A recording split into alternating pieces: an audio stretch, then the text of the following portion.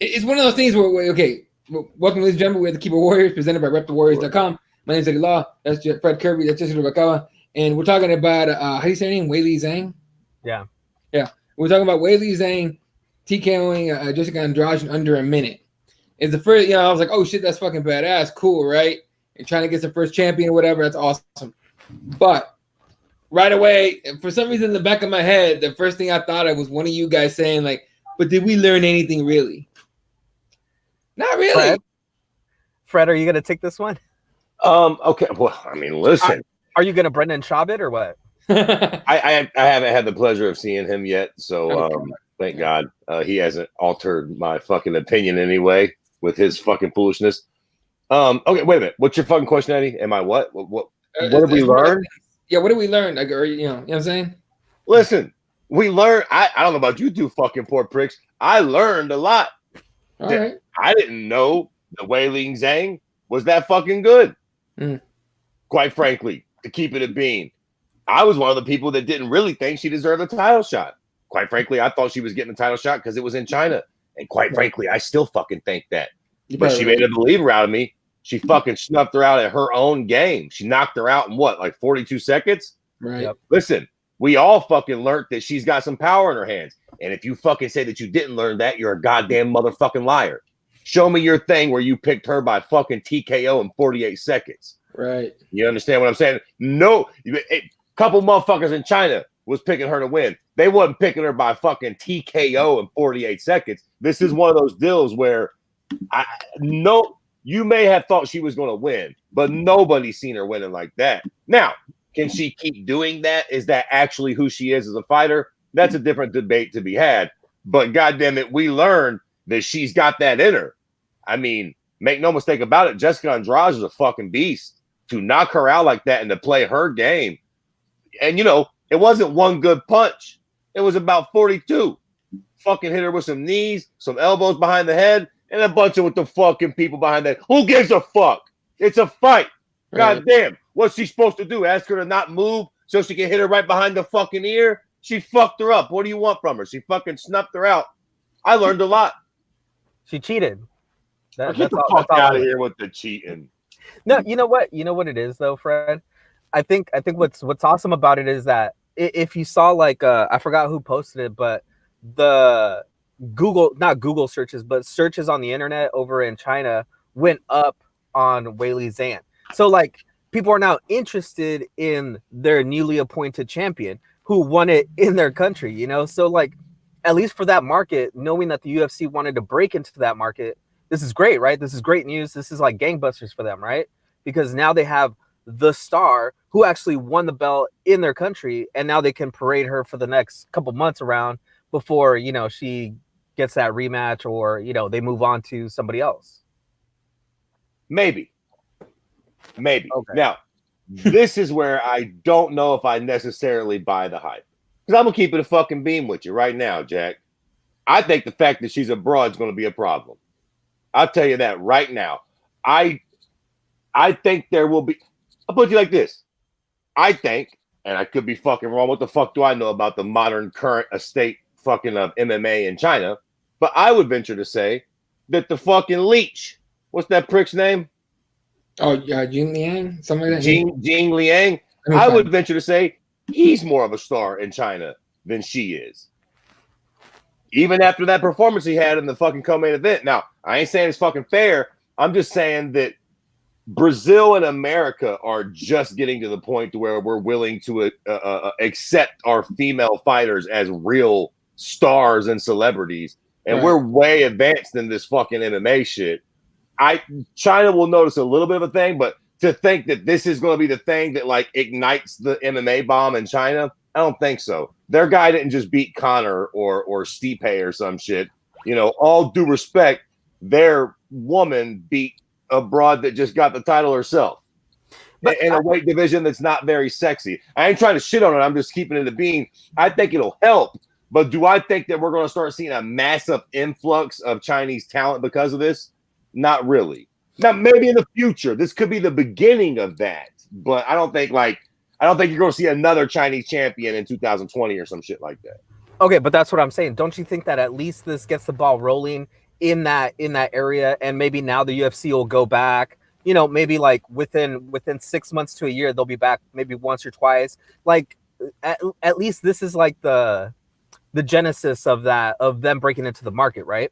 No doubt, no doubt. Let me be on record as saying that this was a great thing. They're also building that fucking institute, right? That's like the biggest, like 3 times the one. So yes, I look. It ain't bad for business. Make no mistake about it. It ain't bad, Jack. I just think that people have this idea that, oh, China's got their first champion. It's not going to be like George in Canada or Anderson in Brazil. It's not going to be quite fucking that. Quite frankly, we haven't had that in America since Ronda. And Ronda was just very fucking unique. You know what I mean? Like, it's just, in general, women in MMA aren't as big. Look at fucking Amanda Nunes. She couldn't have a more story-decorated career, but she still ain't quite a fucking star per se. At all, actually. You know what I'm saying? So, like, not even in Brazil, especially not in Brazil, because of, you know, how conservative they are in her lifestyle. So, yeah, it's difficult. But I also think that, you know, if you don't think that Dana White was probably super excited, probably even, you know, had a big party after she won that night, you know, celebrating that not only, like you said, the Institute is breaking ground and is being done, but now that they have that a champion over there, like I mean, that's gangbusters for them, right? And now into China to be like, look, we have a champion from your country. You know, we have the Performance Institute. Like, we have all these things, so we can break into this market and we can compete against, you know, like a Risen or what's the other one? You know, all the other competition that's out there. At least they have a way, you know, to break into that market now. It helps. It helps for sure. All right. Not saying they're going to beat the but you know. Yeah, look, man. I don't know. That was fun to watch and everything. As far as, like, you know, Zane knocking around everything, but a lot of people have been saying Andrade got lucky with Rose. Rose piecing her up too. So, you know, kind of around, you know, whatever on this one. Real quick, shout out to everyone tuning in. MMA Gods, Tony Hectic's here. Raider, what's up? MMA God says, who gets the? Well, there you go. Who gets the next shot? Tatiana or Rose? Who beats her? The question is, does Rose want the shot? That's what I'm thinking. That's the question. Mm-hmm. If Rose wants it and comes back hungry, let's get it on, Jack. I think that it's hard to argue that Thug gets her shot if she wants it. Right. And I mean, what the fuck, right? If Thug is like, fuck it, I ain't right mentally, I'm just not really in I'm cool on it for now. Who amongst us is going to say no to Tatiana? I mean, she's been the fucking heir apparent for a month of Sunday. So, but one of those two, one would assume. Fuck, goddamn it, strawweight's low key stacked. Right. Laura thinks she should beat Tatiana, but she doesn't win. Look, I low key agree. Well, what y'all mean? I know everybody's big on Tatiana Suarez. You see what fucking Weili Zhang just did to her fucking broad? Like, she is a beast, low key. I was about to say, female strawweight, low key has got some heat right now. Like, I always was shitting on it, but it's trying to low key be pretty interesting now. There's, you know, a solid 2 or 3 title fights, no matter how you cut this cake, that is going to be. There you go. And Joanna, you know what I'm saying? Like, we ain't even talking about Joanna or the Karate Hottie yet. Yeah. Jesse, what do you think about? Do you think the winner of Joanna versus Watterson gets it? I think they have a better shot just because the UFC likes to match them up, like, according to popularity, right? So if Watterson wins, that's gangbusters right there, right? Because you have a very popular fighter right there, you know, on her run to that title, and that would be great for her. And in a lot of people's opinion, it'd be a more winnable fight had it been Rose or, you know, Andrade. It seems like it'd be a harder fight for Watterson. But I also think, you know, according to our great analyst Brendan Schaub, you know, who cares about the division? So that's what he said. Oh yeah, he said he doesn't even care. He didn't even watch it. He doesn't even care about the division. After the fight, he said that. Yeah. Well, he's a moron. I might have said that before the fight, but come on now. Like, after that, you got to be a little hyped for the fucking future matchups and shit. It's fucking lit now. And see, that's what I'm saying.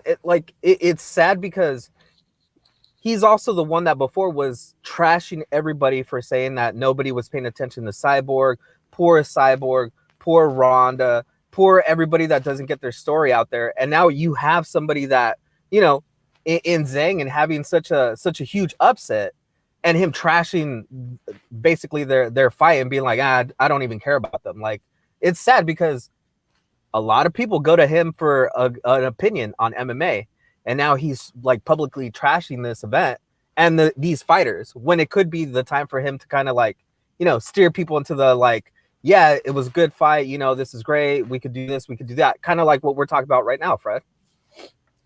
To be fair though, like growing up, did y'all ever have like that one homeboy in the group that was like always the butt of the joke? Like y'all kind of fucked with him and kept him around, but he was always a bit of the shitbird. Yeah, I think that's how Brendan is. Like, I think we all collectively know he's a bit of a moron. I watch his show. I fuck with Brendan sometimes. I watch Below the Belt. I take it with a grain of salt. You know, he's part of the crowd, but he's a bit of a fucking douche. He says some stupid shit from time to time. So, you know, you take it for what it is with that guy. He's trying to be the Skip Bayless or whatever of the MMA world, right? Yeah, you should calm down with that. I'll take it from here, fucking Brendan. Just sit down. You're a shitbird. But you know, like if you want to talk about the next topic, like the thing about it is, at least these women are getting their moment in the spotlight, right? Look at like what Cyborg was able to do. She's now the highest paid woman in MMA according to Bellator president, right? Oh, for sure. So what does that mean for Bellator? They just picked up a super expensive pain in the ass, or did they actually pick up somebody that's going to bring them that revenue and that prestige of having Cyborg in their organization? Let me tell you something. Let me jump right in on this. You understand me? This is the classic case of the broad that's been married fucking 6 times and always blames it on the husband. It's always his fault. The first one was a cheater. The second one was an alcoholic. The whole most of it. Third one fucking died mysteriously. Listen, Cyborg's been in every goddamn motherfucking organization under the sun. That ain't no coinky dink. She finally made it to the UFC, and she couldn't keep her funny ass there once she was there. I know. It's popular to say that the UFC didn't promote her right, that they didn't do this, that, and the other thing. Man, get the fuck out of here. They gave her the fight. And listen, maybe Dana White's lying. Maybe fucking Cyborg wasn't asking for fights against fucking Kuta Kente or whoever the fuck they said she was trying to fight. But for all of me, I fucking buy it. I buy it. I think that she was naming. If she wanted that motherfucking Nunes fight to happen, it would have happened. I'm sorry. Like, the UFC likes making money, bro. One thing they know how to do is make fights that make money. You think they're unaware of the fact that the biggest female fight you can make right now is the rematch with Cyborg and Amanda Nunes? You think the UFC brass don't fucking know that fact? They fucking do. Cyborg had to put some shit up there that they was just like, yo, we can't do that. And we're willing to let you walk over it. That's how much we can't do it. And you know they wanted to make that fight. Like, motherfuckers live in this fantasy world where it's just easy to blame Dana White for everything. Dana don't like Cyborg because he thinks she's a transgender. Man, shut the fuck up, man. Believe me, he wants to milk that cow all he can. They're still fighting BJ Penn. You think he wasn't trying to make no fucking money off of Cyborg? Come on, man. She had to get crazy with it. So let Scott Coker take those fucking problems. That's what I'm saying. It's like, how long before she starts bitching about Bellator? Or, sorry, her production team. AKA her boyfriend fucking starts like making up bullshit because either she's not smart enough to fucking, you know, handle it herself, or she trusts him that much, or whatever the fuck's going on with that situation. That dude, okay, my opinion, her production team fucked the whole thing with the UFC. I think that's what happened. But, you know, whatever. But, yeah. All right, cool. Highest paid. Oh, they treat me so nice in Bellator now. And it's all great, guys. It's all because of you guys. And I was like, and, you know, but at the same time, it's just like, I don't care. Honestly, I'm sorry. I don't care about Cyborg. Haven't we heard this story before? Like Tito Ortiz, right? He was also a guy, UFC, got mad at the UFC, went to Bellator, got mad at Bellator. Now he's at Combate Americas. You know, like, great for Combate Americas because at least they get to play off his name. But Like the guy just trashes the company after he leaves all the time, you know? So like, is this what Cyborg's gonna end up happening? Even though Scott Coker has like a good rapport with Cyborg, he's the one that brought her up and everything in Strikeforce. It just doesn't seem like Cyborg's the headache you want nowadays, right? You're gonna overpay her. She got a really long contract, so they could, I guess, justify her being there forever. You know what I'm saying? So like, it just seems like maybe they gave up a little too much to have Cyborg in the organization. All right, hey, real quick, MMA guys talking about Brendan Schaub. Yeah, the people watching him feel smarter. And Fred said one time, Brendan's like watching a car crash. Yeah. Here's a good point. Tony Hector brought it up. He's like, if Coco was smart, they should do a tournament to pump up other featherweights. They have like 4 or 5 other featherweights in the roster, right? Julia Budd's one of them. Yeah. See, it's like the one fight. Here's the problem with this now, though. You know what the problem with having fucking Cyborg and Bellator is? The same fucking problem that Cyborg had for the fucking many moons that she wasn't in the UFC. She's got nobody to fight. Right. Fuck, once she got to the UFC, we could still barely get her in there with girls, to keep it a buck. There's nobody outside the UFC. There's the fucking Kayla Harrison broad, which quite frankly, if we're keeping it a bean, that goes to show you how bad the Cyborg situation is. Kayla Harrison's what, 5-0 in MMA? And can anybody name anybody that she's fought? No, she's not even close to being ready. Right. Like, you know? I mean, she's got those medals in judo, which I dig it. She's got the gold medals in judo. She's got a massive grappling base. But let's get fucking real. Like, that's all that even remotely. I mean, yeah, Julia Budd, which all due fucking respect. Outside of us shitbird MMA nerds, who in the fuck knows who Julia Budd is? Well, I mean, right. Yeah. Like most of the hardcores that watch Bellator would know who Julia Budd is, but I think now would be the time for Bellator to go back and find the chick that Cyborg fought in, what was it, Lion Fights in that bar. Yeah, bar. And then bring that matchup up, right? Because at least you can make something exciting out of it. I highly doubt they could do it, but is it the fucking one broad, Clarissa Shields, the boxing champion broad, flirting with MMA? I'm pretty sure I heard that. Not to say that she was definitely doing it, but I heard that she said that she was flirting with it. Doesn't she train with her though? I don't give a fuck if they train together. I mean, they did a little, but I doubt. You know what I'm saying? They ain't in the same camp or no shit. Fight for sure. They would fight though for the right money. I would imagine. I mean, yeah, but I dig it, Jesse. I dig what you're saying. You need some sort of a name or something, because if not, you're just going to lose that fucking that star power. Right. Listen. I know you are MMA gods, and so are we. We are the part of the 6,000 people that are excited for that fight. Like, grand scheme, the dude bros at fucking B-dubs don't give a shit about this fight. Quite frankly, they don't give no shits about no fights except for the fucking the Nunes rematch. And I hate to be one of those dude bros, but I'm low key in that boat. Like, what other fight with Cyborg really gets us jazzed? But real talk, I'd like to see her fight Gabby Garcia.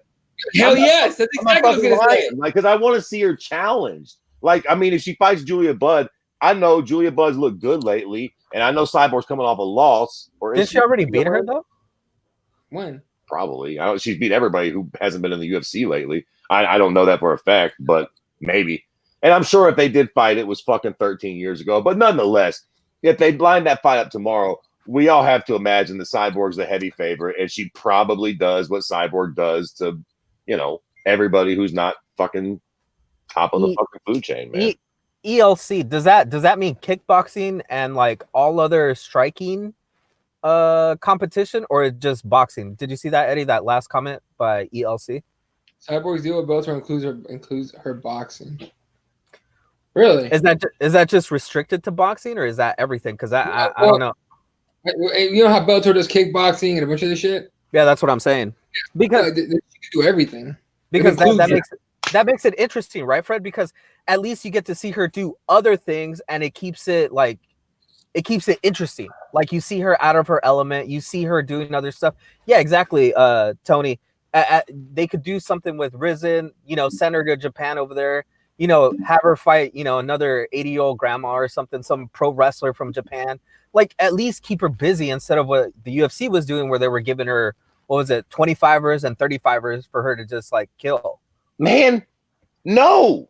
Are you guys fucking high?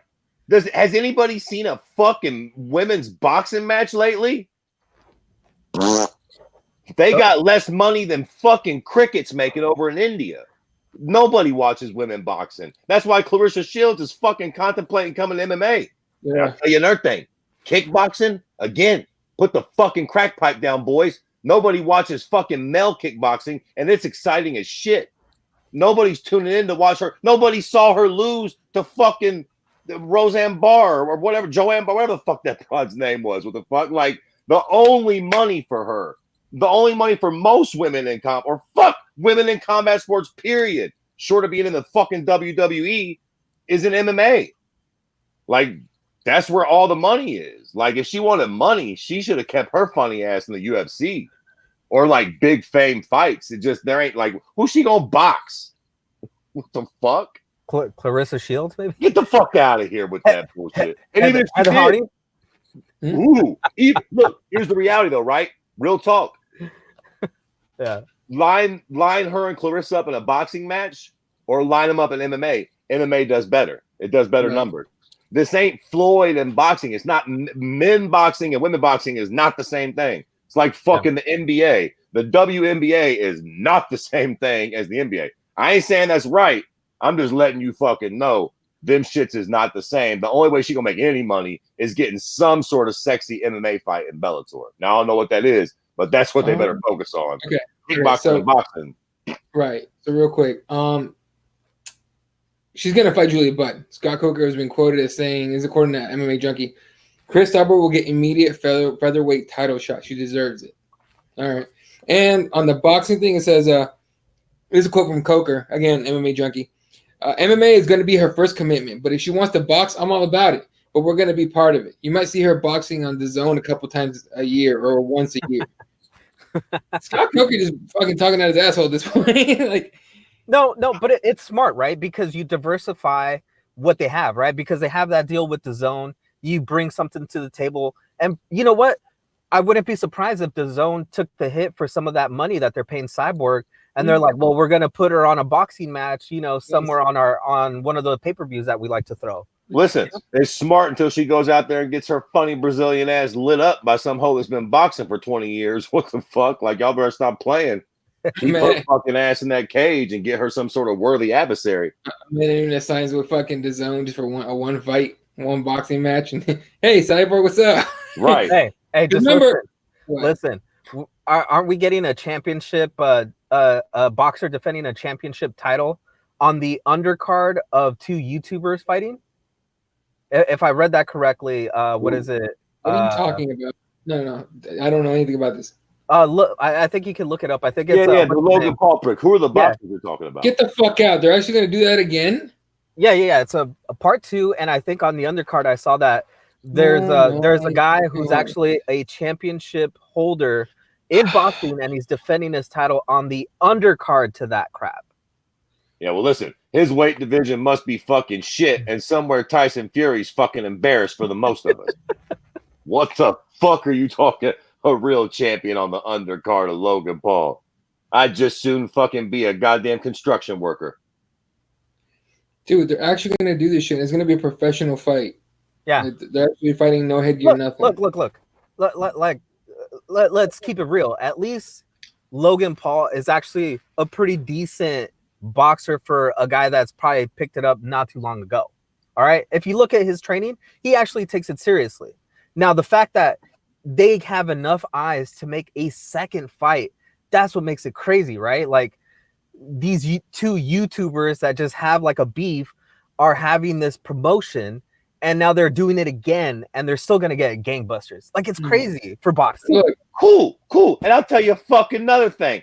I hope the fucking little Logan Paul prick wins. Oh yeah, see that? Listen, I'll tell you fucking another thing. Everybody out there right now in MMA Tour, like, oh my God, I hope he doesn't make it to the UFC. Nothing would make my dick harder than if he makes it to the UFC. Because I would love to see the little prick take a real fucking good beating once he gets there. Get Mickey going there again. Fuck it. Yeah. See, there you go. It's gonna be a professional boxing match. Look, man. Okay, I know I sound like I'm hating. I'm not. I personally don't care for it. All right, I don't. But it says a lot about popularity of anybody, right? If you're a fucking popular name, and you get in there, you're at least your followers are tuned in, right? Of course, man. What in the fuck are we talking about? Of course. Listen, you know what would have happened if they would have lined up that goddamn fight with Tom Cruise and Justin Bieber? Oh, it would have been fucking bigger than Conor and Nate. We got knocked the fuck out. That's so I'm saying everybody likes to see a good fight, but let's not fucking get it twisted just because these two YouTube pricks are like big. You know what I'm saying? Fuck. Yeah, check this out, and it's gonna be held at the Staples Center. Oh, it's not Manchester this time. No, it's at the Staples Center. You know, people are gonna turn up for that. They're gonna like celebrities and shit are gonna show up to that. Yeah, it'll be a big deal. Hey, look, get your money, folks. Whatever you gotta do. So, fuck Logan Paul. We're on to the next one. God damn it. Oh, there it is. It's WBO super middleweight champion Billy Joe Saunders, and he's going to be defending his title against Devin Henley. Yeah, or Henley. Listen, there you go. Yeah, it'll be a shit. Well, you know what? Nah, I should stop talking shit. He do your thing, young man. Fucking 8,000 million people are gonna watch this fucking fight. So listen, nobody's gonna watch your fucking fight, but maybe a few more 100,000 will watch it because you're on the undercard. So knock yourself out. Get paid, man. But that's the point, right? Like, think about that. Like, imagine if you could do that with like a Cyborg, you know, as like a ridiculous fight on the undercard. What Bellator has been doing, right? Like they have something ridiculous at the top. They put some good fighters on the undercard, and then they got their card, right? So it's like, let's do it. Why not? Who in the fuck is that on his fucking icon? Is that Clay Guida? I can't tell. MMA guys, who is that on your the fucking is that somebody? I don't know. Anyway, all right. Fuck it. Let's get to the meat and potatoes of this whole fucking show. UFC 242 going down this weekend, this Saturday. Remember, this card's early, so like what for me and Jesse on the West Coast, it's an 11 a.m. pay-per-view time start. Like it's before noon, right? It's like a 2 p.m. for East Coast people, right? Oh, here it is. Yep. There you go. It's Jesus. Oh, it's Jesus. MMA Jesus. There you go. Fucking good. All right, dude. Hey, do you, bro? All right. Again, UFC 242 main card. Obviously, Khabib Nurmagomedov and Dustin Poirier about to go in and try to unify these belts. Co-main event to me might be more exciting. Edson Barboza against Paul Felder. The rematch of the first one went to fucking insane war. Islam Makhachev against Davi Ramos also on the main card. Curtis Blades against Shamil Abdurakhimov and Marbek Tysonov against Carlos Diego Ferreira. Man, you been practicing those names or what? Dude, I got this today. Anyway, I just feel good today. I don't know. Anyway, John Calderwood against Andrea Lee is the featured prelim. Zubaida Tukhugov. Basically, all the fucking Khabib's homies are fighting. So they should have labeled this event Russia versus the world. I'm sure they should have. Like, I would have actually kind of been into it a little more going into it with that perspective. I've been hearing a lot about this Liana Jojua against Sarah Moraes, but the Liana girl, people have been sending me images of her. Goddamn. And then Bilal Muhammad in the early prelims, Muslim Talikov, Omari Akhmedov, Zach Cummings. It's a bunch of people on this card. Okay, let me ask that, because a lot of people have been telling me that they're like, this is on paper a shit card. You guys agree? Because I don't agree, but do you guys agree? It's a sneaky good card.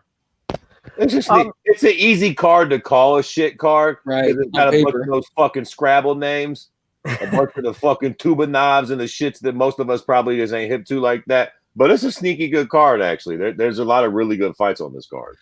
I'll put it to you this way. I think it's a bad card in the sense that most of the guys, like Fred says, at the Buffalo Wild Wings or whatever, they're not gonna show up until the main event, and you know that's all they care about. So for those people, the super casual, the people that just don't care about anything, they're probably not gonna show up for this card. But for all us other actual fans of the sport, that's a pretty decent card. And also, man, like for real. This is one of those cards where just the card itself is going to be kind of cool to watch. It's going to be interesting. Like, they don't really go to this part of the world very often. Right. It's going to look wild. The crowd itself will look wild. It's going to be a bunch of motherfuckers wearing, like, man. Huh? Yeah. Exactly. I mean, so that whole vibe will be interesting, I think. Like, just seeing the crowd look very different than usual. wasn't the last time they held an event there was the Anderson Silva? Yep, BJ Penn and the whole when Yeah, Frankie beat BJ the first time, and Right. yeah, the Anderson and Damian Maia, if I'm not mistaken. Right. This is still the Lamborghini Stadium or whatever, where they have that track outside or whatever, right? Yep, I think if I'm not mistaken, yeah, it's the same type of vibe. They built the whole motherfucker. But yeah, so this whole event is kind of cool for that, and this time it's littered with, I don't want to say people from like that neck of the woods, but I guess because they're like all Muslims or something, right. It's closer to Russia or whatever. So like Khabib's fucking pops, and you know they don't have the visa issues getting over there. A majority Muslim crowd, like and the first time, like Jesse said, you had BJ Penn and Anderson Silva, who were big stars, but they had no tie to that side of the world. Now, Jack, you got, hey, yo, y'all been watching the Embeddeds? Yep. Listen, Khabib is rolling around like the mafia, Jack. They rolling deep, like 5-6 of them Russians fighting, and they all got a crew with them. I fucking like that shit. I think it's intriguing. What the fuck? Just seeing them mob in for media day. You seeing motherfuckers with turbans, Jack. They all got them beards. Like, you like, yo, it feels different. It feels like this ain't no regular Vegas event, man. So that part of this event is quite compelling to me too. Right. All the culture around it is pretty fucking cool to see. Like in the Embedded you were talking about, the city's fucking crazy looking. All right. Right. Like, the city's fucking crazy looking. They built the new fucking thing for it. The like you said, Habib's rolling in like 8-car fucking like convoys and shit. Doors open, they all come out like a bunch of mafia dudes. Like it's pretty fucking legit. So what up? And what makes it interesting is that part of that place is so littered with so much money. So it's just like extravagant, you know, like we're going to get to see such like extravagant stuff, which is awesome, right? It's a part of the world that we don't normally get to see or experience. So just kind of being flies on the wall and getting to experience that through like all the media and stuff that they're having, it's pretty cool. I mean, think about it. They have an ATM machine that gives you bars of gold. That's retarded. That's retarded. You got too much fucking money if you can get that. All right. 242 will have the first women's fights in that area. I hadn't thought about this until literally right now. Right. Then last time they were doing that, okay, but maybe it wasn't that. You know, I think it was the WWE. I think they went there and like they had to like scratch all female matches and shit. Am I right on that, Jesse? You remember that? Yeah, something like that. Yeah, I think I heard that too, and I'm pretty sure, if I'm not mistaken, I don't even think the UFC had women fighting at the point the first time they went to Abu Dhabi. So that'd be interesting to see how the crowd reacts to that. So we'll see. Yeah, again another interesting. Yeah, and I mean, look, I'm not saying nothing, and no one else is saying, but you got that new girl. Oh, fuck, what's her name? That Moraz is fighting, Liana Jojua. Just Google her. And then Andrea Lee's going to be on this card, so it'll be interesting to see what happens with that. All right, let's talk about the fucking card itself. The fights itself. Sticking to the main card, real quick, ladies and gentlemen. If you're watching, you want to talk about a fight, throw it in the comment section. We'll talk about it briefly. But main card, and to me the biggest fight besides main event, obviously co-main event, Edson Barbosa against Paul Felder. You guys remember the first fight? I got fucking insane. No, I don't. I smoked too much. Remind me though. I seen it. What happened? What were the highlights? It was just war. It was just like a fucking brutal fight. Who won? Yes. Edson Barbosa won decision. Okay. How long ago was it? Dude, it was a minute ago. Has it been a while? Years or like last year? Oh, it's been years. Okay. It's got to be a couple years. They've actually trained together a little bit since then. Okay. Because I kind of remember it, but I just don't remember much of it. I don't remember like when it was or no shit like that. I'm trying to pull this shit up. Anyway, but real quick, I definitely don't remember like a definitive finish. Yeah. While you're pulling that up, the question that ELC just posted, I think it'll be interesting to see how everybody reacts to the women's fight. But I think due to the fact that I think culturally they've kind of advanced a little bit more culturally, I don't think it'll be that hard of a shift or like a difference. Yeah, they can still like, I don't know, like put the kibosh on that fight, if they get a little too crazy. But I think I think it'll be just like a normal fight. I think it'll be interesting, and it'll be kind of historic that'll be the first women's fight in that part of the world. All right. What's up, Jeremiah? From the Hardcore MMA show, he says they both threw a bunch of spinning shit. This was in 2015. Was that first fight? Oh, I remember shit. that. Okay. Yeah. Okay. So it's been a while then. Yeah. So it was pretty fucking crazy. So yeah, I mean, obviously it's gonna be a crazy fucking fight. But it is a good point Tony brings up. Felder can't stand in kickboxing range with Barboza. No one should stand in kickboxing range with Barboza. No shit. No shit. Honestly, nobody should be doing that shit. That's just stupid. I don't know. I'm hoping Felder pulls it off so we can get the trilogy as like a main event on a fight night card. But I don't know. Who you picking there, Fred? What fight? Oh, That fight. Felder and you know, man, I got to go with Felder.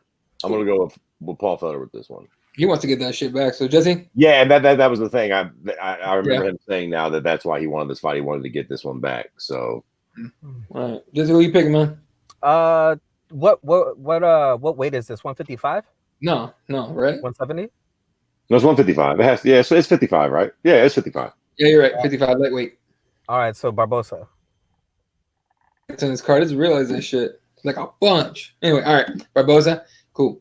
I'm taking Felder. I legit think that he's gonna be like we were talking about. He wants someone back. Felder's really fucking good too, man. He journeyed up to 170 for the fight with Mike Perry. That probably wasn't smart, but he's fucking good at 55. Right. He is. But it seems like I think he's had more than one fight at 70, and he's looked better. Like just beefier, right? Like just better hydrated, right. Like healthier. And like I think that cut to 155 always like leaves him a little too drained. All right. Tony says I'm going with Felder. I expect him to close the distance and make it a dog fight. Yeah. I think I'm with you on that one. Real quick before we talk about the main event, MMA guy says Georgia versus KGB Lee should be a fun striking match. That's exactly what should be happening. That being said, Andrea Lee has some fucking solid jiu-jitsu. But hopefully stays on the feet. Am I the only one that I just don't get the JoJo hype? No? I don't know. When has she been this dangerous striker? Did I miss something? Never shown it. In Muay Thai, she was I always hear nickname the fucking Neville or some shit Dr. like that. Neville, yeah. Did I miss something where she was just kneeing hoes up? She back like in Invicta. In Invicta, she got a lot of notoriety for her knees and stuff.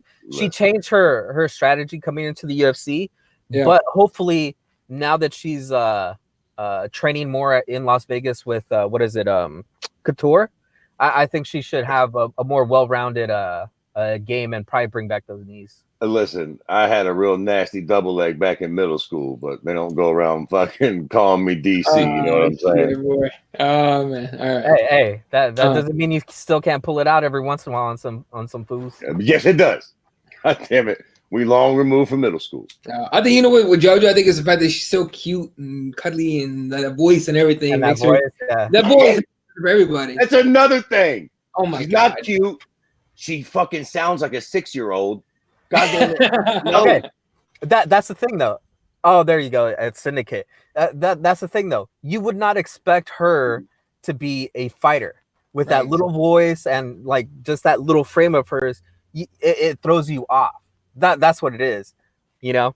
I'm just talking about when people be calling her hot. Like I don't get it. I missed that one. I don't get that either. But I think she's got that like that cutesy like that's a little cute girl, and then she's like in there kneeing the hell out of girls, like blooding them up, and you're like, whoa, what the hell is this? Like it's a hard transition. Right. Sure. All right. And then Daniel, what up? Daniel says I like the Makachev versus Ramos fight. Yeah, that's a big fight for Islam there. Huge it is. I don't think the fucking Russians are going to clean up on this card. Oh, dude, it's gonna get fucking nutty. I will say, harkening back to the fucking Wailing Zhang. Wailing Zhang, Jesus Christ. I think fucking home field advantage is a big thing, dog. Oh, for sure. And like I think all the Muslim Russians on this card are going to really benefit from the home field advantage on this one, Jack. Yeah, like having the most of the crowd being Muslim and being behind them, that's going to be a big deal. For real. The hardcore MMA show. What are you smoking? JoJo is hot. What you guys smoking? God. She's cute. Yeah. I mean, listen. I've fucked uglier broads than JoJo. Make no mistake about it. But if I had my druthers, you know what I mean? She's kind of on the bottom list of the hoes I'm.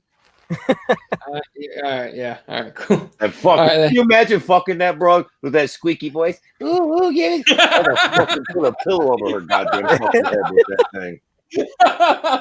Dude, they would honestly, real talk. They would record her voice just for like porn films. You know how like chicks be trying to do shit like that? Oh my god. I hate that. You know it's fucking bad when your fucking voice is so annoying I can't even jerk off. Yeah. I gotta mute you. Jesus Christ. What the fuck are you doing? Shut up. That high-pitched, annoying ass shit. Like, she's like, right after she's done taking that film, and she was like, that voice gets deep as shit. It might as well be like, oh yeah, pass me a towel right there. Like, it might as well be that. Like, hey, listen, I've been fucking drunk, whacked out of my mind on drugs, nailing broads with this big fucking rod. Nobody moans like that. You understand me? Nobody fucking acts like that when they're getting nailed. Nobody. I mean, honestly, if that happened, you'd probably be looking at that chick like, what the fuck is wrong with you? Like, listen, okay? I'm not gonna bullshit you. I enjoy it. Lie to me. Do that. Act like I'm fucking killing you, you nasty twat. But I'm saying, don't think that I actually believe I'm putting in the work. You're right. It's all right. Let's talk about the main event. Khabib Nurmagomedov against Dustin Poirier. We're gonna finally unify his fucking belts, man. A lot of talk. There we go. All right. A lot of talk back and forth about the fucking who's going to win this shit. Is Khabib going to dominate like everyone thinks? Here are the odds according to MMA gods. Khabib's minus 450 favorite. What do you think of that, Fred? You're a betting man. I mean, look, man, that's high, but I mean, who are we to argue it? I mean, the numbers are coming in like that. Again, Khabib's got home field advantage. He's never been beaten. Dustin's on a good run, and I think those of us in the know kind of feel like he's primed up for one of those upset type of situations. I mean, look what just happened last fucking week in China. Right. Yep. Again, you might have thought she would win, but not like that. So, if Dustin can, Ben Askren, the whole most of it. Like, if Dustin ran across the cage and landed a fucking flying karate kick, it wouldn't necessarily shock me. Mm-hmm. But I think general big money's on Khabib. We all think that Khabib is he could possibly be our next Anderson Silva, John Jones type character in the sport. So it's a little high, but I get why. Dude, look at all these people picking Dustin. Do you think it's picking Dustin because they have it that he's got the advantage, or do you think that like who was it? Who did I see? Somebody like they're just a big fan of Dustin and they just want to see that story, have that bow on it. I think it's mostly people being fans of Dustin. I think there's a much smaller, but it's there. Like, and I'm not saying anyone in the conversation. I'm not saying that I'm sure everyone here is like a Dustin fan, but there's a little bit of population that has seen go after Khabib on this shit, right? Like there was a meme that someone did where it's like Khabib going to go check out Toyota Tacoma, and it's like you could fit in 10 tied up homosexuals basically, and I've seen that. I was like, oh, it's dark, but he does hang out with that one dictator that's been fucking murdering people fucking in his country and shit, rounding him up and shit and killing him. So I get it. You think that's something in there against for people like not liking Khabib, like that might be part of it.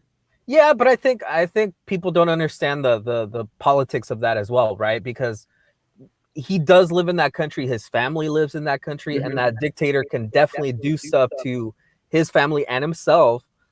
If he's not careful, what he does, what he says, what he doesn't say, right? So if he kind of goes against what that dictator wants, or even what Putin wants, or any leader in that country, it could be harmful to him, right? So as long as he stays on their good side, he keeps getting like Ferraris and like all those nice expensive gifts, getting flights and food and all this stuff. So I guess maybe because Americans in general have this sense of like, well, I can say whatever I want, I can do whatever I want, nothing can really I could talk crap about the president, I could talk about crap about whoever I want, and it's never going to affect me. In those countries it's a lot different. Oh yeah, and that'll end your life. What do you think about this right here? Khabib has to take it to the ground. He doesn't have the chin to take a punch from Dustin. I mean, I think that's the general consensus. I think it would be smart for him to take it to the ground. I think he has said himself that he wants to take it to the ground. So, yeah, I mean, look, Dustin can crack. I don't think, but with that being said, Dustin's not really known for one punch knockout power either. It would be kind of hard to argue that Dustin is going to hit Khabib harder than he's ever been hit by anybody. Now, Dustin has the ability to hit him over and over again harder than he's ever been hit. But I mean, listen, he didn't even knock out Max Holloway, who was coming up from 45. Khabib's a big 55er. Now, that does not mean that Dustin cannot catch him with a good punch and knock him clean the fuck out. That absolutely can happen. But I'm just saying, given the other shit, Max went 25 minutes getting fucking thunderstruck. Now, maybe it's because Max is a Hawaiian and he's got an extremely tough chin. That might be it. But presumably, Khabib has, you know, a decent chin at the very least too. So I don't know. But Khabib still is going to be wanting a takedown. He's not going to want to box with Dustin. That's for fucking sure. He didn't box with Conor. I know he caught him with that punch, but everybody can just fucking settle the fuck down. He's definitely going to want to grapple, no doubt about it. All right. As far as like, I mean, shit. Everyone wants Dustin to win, but everyone's picking Khabib, right? So far, so good. Oh, here's listen. That's me. Mm-hmm. I want Dustin to win. Well, you know what? I don't know. This is a very tricky thing for me, actually. I love greatness. All right. I'm a big Conor fan, but I'm not a fucking delusional idiot. All right. So it's not like I hate Khabib because he beat my guy. Matter of fact, fuck it. I'm a jumping ship type cocksucker. I appreciate greatness. Now Khabib is that dude. He's undefeated. He's got this fucking Russian bear mentality. I kind of want to see him win because if he wins, the aura just keeps growing and each fight gets bigger than the last. But who deserves it more than Dustin Poirier? I mean, you know, fucking guy has been through it. If he wins the belt, it kind of gives everybody hope that even if you're an ass fuck loser, not to say that he is, but he's got that fucking every guy, you know, Khabib looks like a fucking nut. You know what I'm saying? Especially to most of us Americans. He's some crazy Russian guy that lived on the mountaintops. We know we can't be that guy. But if Dustin Poirier wins, a fucking white boy from some fucking shitty part of Florida, you know, whole bunch of motherfuckers around America are gonna be like, yeah, that's what's up, baby. We can, you know what I'm saying? So I would like to see Dustin win because it would be fucking amazing. But then again, if Khabib wins, it keeps this fucking mystical aura growing. And look, let's keep it a fucking bean. Who don't want to see Tony Ferguson Khabib? And if Khabib wins, we can all assume that hopefully, more than likely, we're going to finally get that fucking fight. Maybe. Right. I agree. Come on with the fucking maybes. Don't jinx it already. Goddamn, we're going to get that fight. What do you mean, maybe? You think McGregor's going to jump the line? I mean, you don't think that if McGregor stands up and raises his hand saying he's ready to come back, he won't jump the line, especially because of the money fight. No, I get what you're about to say, Fred. I get it. What do you think? But I think I agree with you.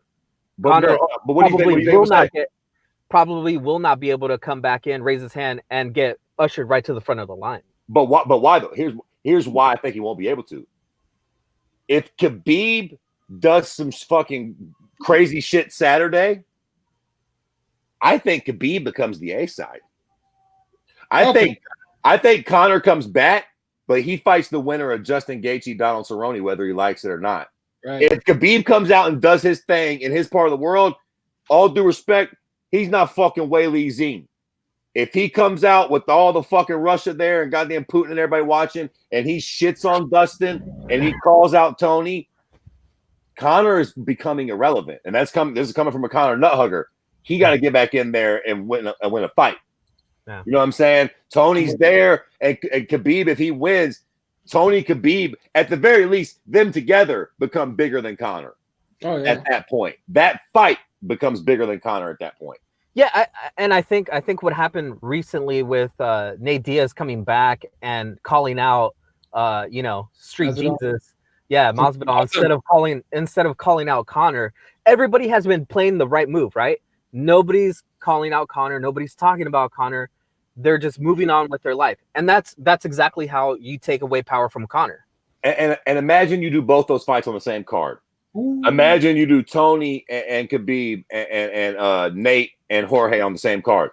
Bro, we don't need you, Connor. We legit don't need you. Dude. I mean, we would like you, but like, we're not dying for you at this point. Nobody is. It'd be Connor on the outside looking in. Absolutely.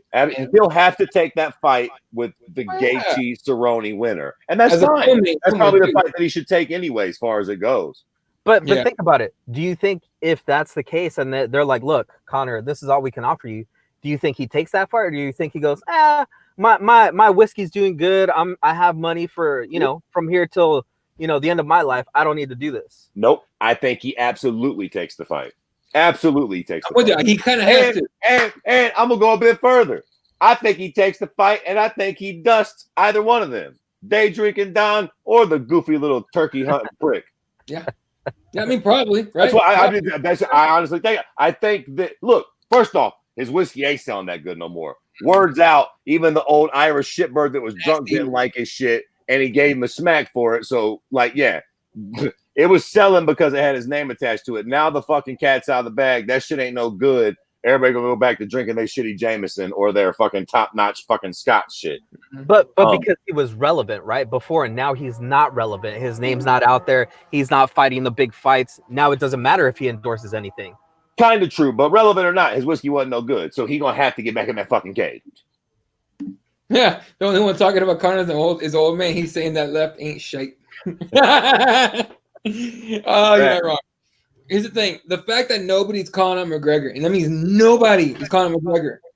The fact that when Nate didn't do it, McGregor had to go out of his way to post about it. It's like he was calling himself out. You know what I mean? That was weird. He's like trying to jack Nate shine for that shit. It's like, nah, dude, that ain't it. And you know what I love about, sorry to cut you off, Jay. You know what I love about MMA, man, is at the end of the day, right? After all the shit's said and done, this ain't the WWE. And as much as we love Conor, and as much as we love Chael, and as much as we love that shit, at the end of the day, we all want to see Tony Khabib now because of what's been going on. That's what it really comes down to at the end of the day is these fucking fights. As much as we love Conor, bro, you got to be in there and winning. And if you ain't even in there, then you definitely you ain't going to stay in the fucking conversation. It's impossible. You got to compete. You got to fight and win or it don't matter. Yeah, and I think the other thing, exactly what you're saying, Fred, if you're not staying relevant, then you lose that power that you have over the crowd, right? Because everybody forgets about you, which is perfect that Nate Diaz came back now, right? Nate Diaz came back, won a fight, looked super impressive after so much being off, and now he's right in there, ready to mix it up with, a top contender, possibly looking at a title fight, right? And exactly that's what we're waiting for Conor to do. Like you said, Fred, if Conor doesn't come back, get a fight, get in that octagon and like stay a part of this the limelight, he just becomes nothing. And listen, the Nate Jorge fight is amazing. If Nate happens to beat Jorge and Khabib happens to beat Dustin and Tony, how hard are all of our fucking dicks for Khabib Nate early next year? You know what I'm saying? Like, fuck it. And none of this has nothing to do with Conor. So, he better insert himself back into the story or the fucking train will move on without him. Just like it moved on without fucking Chuck and Anderson and Randy and Ronda and every other big star that thought the sport couldn't survive without them. The train keeps on moving, Jack. You too, Conor. It reminds me of Freddy Cougar and stuff, right? Once everybody stopped believing in that guy, he had no power. Nobody talks about or calls out Conor. And what MMA God is pointing to, right? He had to throw out just a regular name, Frankie Edgar. Like, he had to dip so low to try and like just pick a fight and be relevant. Like, that's not the Conor that we know, and that's not the Conor we want to see, right? We want to see Conor, being in there, knocking dudes out and being at the top, doing what he does best. Yes, and all that being said, he's one knockout away from all this being irrelevant. Right. Like, Gaethje wins and they line that fight up and he starches Gaethje in the first round. So it only takes one, man. He has got to get back in there and get a win, or he's irrelevant. Yeah, it's just like Nate, right? How many years exactly. was gone? He was gone for so many years, but he got in there. One, bam, he's at the top again. One great performance. So like, I mean, that's all Conor needs. But he does need that. Without that, he can fuck off. Right, it won't matter, no matter what he says. I know he was supposed to take a fight with Donald Cerrone, but he didn't want to take it because it would have been the main event. It's like, dude, you got to deal, man. You have to deal with it now. Those days are gone. Real quick though, do you think if he comes back and they still offer him a co-main event or something, does he take it now, knowing that his stock has fallen so much? It just depends. It just depends. But maybe. I mean, look, he's gonna fight again. He will fight again. I don't know how hard the UFC will push him or how much they'll hold his feet to the fire. He ain't retiring. I'll say this. I'll say this, okay? I think the only way we see McGregor in a main event isn't like, huh? Hot take coming through. Let's hear it. No, not even. All right, not even hot take. You know me, I don't do hot takes very often, but unless it's shitting on certain people, honestly, that I don't like. But regardless, I think the only way he gets a main event right now, without it being an undeserved asinine title shot, is if there is a fucking title fight. For example, Khabib Tony, or even Dustin Tony, or whatever, and one of them gets hurt, and he comes in. That's the only way he gets a main event right now. Sure, and that's. I mean, look, who amongst us will be hating on that? Like, if somebody gets fucking hurt at the last minute and we got to plug Connor in, then fine. That'd be the fight, right? Sure. And that is what it is. It'd be more of a 170 fight, but then a 155, honestly, because he had to cut. Just what was that? No, and that would ingratiate him more to the fans, right? Because now he comes in, saves the card. Now like everybody's like, oh man, he came in, he saved the card, he put up a good fight. At least, even if he takes an L there, like it still brings him back into the fold. At least, we could see him, moving on and actually benefiting from that. But like you said, any other way, I don't think he takes that. He takes a main event. This is what it is. I think if we see him in the main event now or in the next fight, someone got hurt. This is bottom line.